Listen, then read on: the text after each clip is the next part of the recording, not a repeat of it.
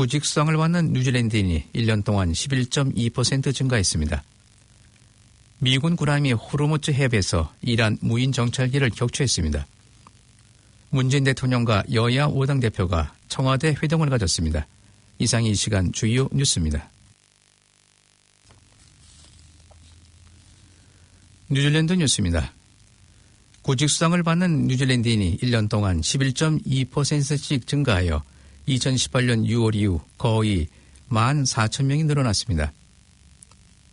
국민당은 이러한 수치가 사람들이 빈곤에서 벗어나지 못하는 것을 보여준다며 노동당의 정책을 반영하는 것이라고 말했습니다.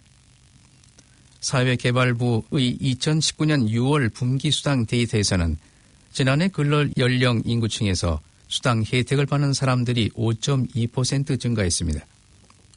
지난해 근로연령층에서 모두 29만 1,969명이 구직 수당 혜택을 받았고 이는 근로연령 인구의 9.7%에 해당합니다. 이들은 구직자 지원, 독신 부모 지원 및 생계비 지원 등이 포함됩니다.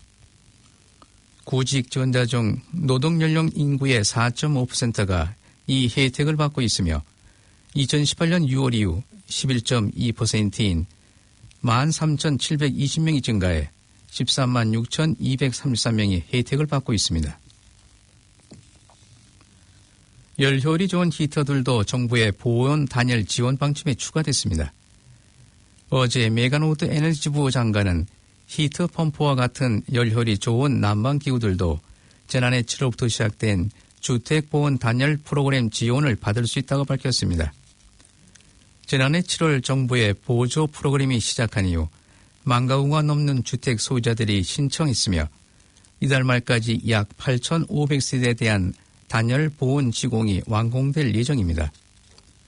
단열과 보온 난방기구에 대한 정부 지원을 받기 위해서는 우선 주택 소유자가 커뮤니티 서비스 카드 소지자이거나 저소득층 거주지역에 살고 있어야 하며 대부분의 지원은 바닥재와 천정 단열재 시공입니다. 사우디 왕은 크라이스트처치 테러 공격에 의해 피해를 입은 200명의 피해자들과 유가족들을 이슬람 성지 메카의 중요한 성지 순례 행사에 참여할 수 있도록 초청했습니다. 매년 메카 성지를 순례하며 종교적으로 의례에 참가하는 모든 무슬림들에게 부과된 기본적인 종교 의무 중 하나인 하지에 유가족들과 피해자들을 공식 초대됐습니다.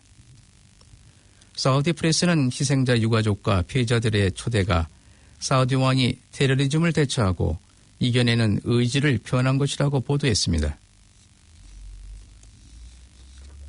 5km 미만의 짧은 거리를 움직이기 위해 운전하지 않고 걷거나 자전거를 타면 의료 비용 수십억 달러를 절약할 수 있다는 새로운 연구 결과가 나왔습니다. 오타가 대학의 공동 저자인 안자 미스드락 교수는 하루 1km 이상의 거리를 걷는 것이 좋다고 제안했습니다. 1km의 거리는 사람들이 걸을 때 약 10분에서 15분 정도 걸리는 거리로 데일리나 커피숍 또는 아이들을 학교에 데려다주는 거리가 될 수 있다고 말했습니다. 현재 도로의 차량 통행은 뉴질랜드 온실가스 배출량의 17.3%를 차지하고 있으며 차로 움직이는 절반 이상이 5km 미만이라고 말했습니다. 많은 심리학자들은 주류 구매 나이를 20세로 올리거나 주류 판매 가격을 인상하고 주류 광고를 금지하는 등 알코올이 뉴질랜드에서 가장 심각한 수준의 중독 문제인 점을 강조하며 여러 방면에서 제재 조치가 필요하다고 주장했습니다. 로열 오스트레일리아 앤드 뉴질랜드 컬리지의 심리학자들은 뉴질랜드 의학진 메디컬 저널에서 알코올의 악영향과 정신건강과 피해와 관련해 관련 규정 강화를 요구하고 있습니다. 컬리지 뉴질랜드 위원회는 알코올이 뉴질랜드에서 가장 만연되고 심각한 중독 물질이라고 밝히며 정신적 스트레스나 중압감을 알코올로 해결하고자 많은 사람들이 찾고 있지만 오히려 이로 인해 우울증이나 자해 또는 자살까지 연결되고 있다고 말했습니다. 이러한 문제들로 여러 단체들이 주류 관련 법규 강화를 요구하고 있으나 정부에 의해 받아들여지지 않고 있다고 말하며 주류 구입 연령을 20세로 올리고 주류 판매 가격의 인상, 모든 스포츠 행사의 주류 회사의 광고를 중단하는 등의 방안을 제시했습니다. 인스타그램은 어제부터 뉴질랜드 기반 사용자의 콘텐츠에서 라이크 누르는 것이 보이지 않도록 하는 테스트를 실시했습니다. 페이스북이 소유한 소셜미디어 플랫폼인 인스타그램은 지난 5월에 캐나다 기반 사용자들을 대상으로 라이크 제거를 테스트했으며 현재 다른 국가로 확대하고 있습니다.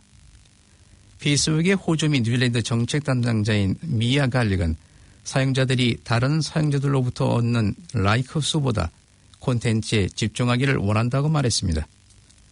사용자는 자신이 올린 소식에 라이크를 누른 사람의 총수를 계속 볼 수 있지만 다른 사용자는 해당 정보를 볼 수 없습니다. 지금까지 전해드린 뉴질랜드 뉴스는 뉴질랜드 헤럴드, TVN 제스터프, 뉴스업에서 간추렸으며 그 밖의 뉴스는 KBS와 펜앤마이크에서 간추렸습니다. 오늘의 환율 정보입니다. 뉴질랜드 달러와 대비 원화의 기준 환율은 794원 54전, 한국에서 보낼 때 802원 48전, 한국에서 받을 때 786원 60전입니다. 끝으로 날씨입니다.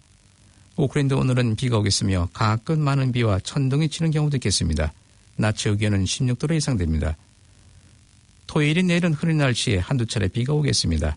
아침 최고 기온은 8도, 낮 최고 기온은 16도로 오늘과 같겠습니다. 지금까지 한우송이었습니다.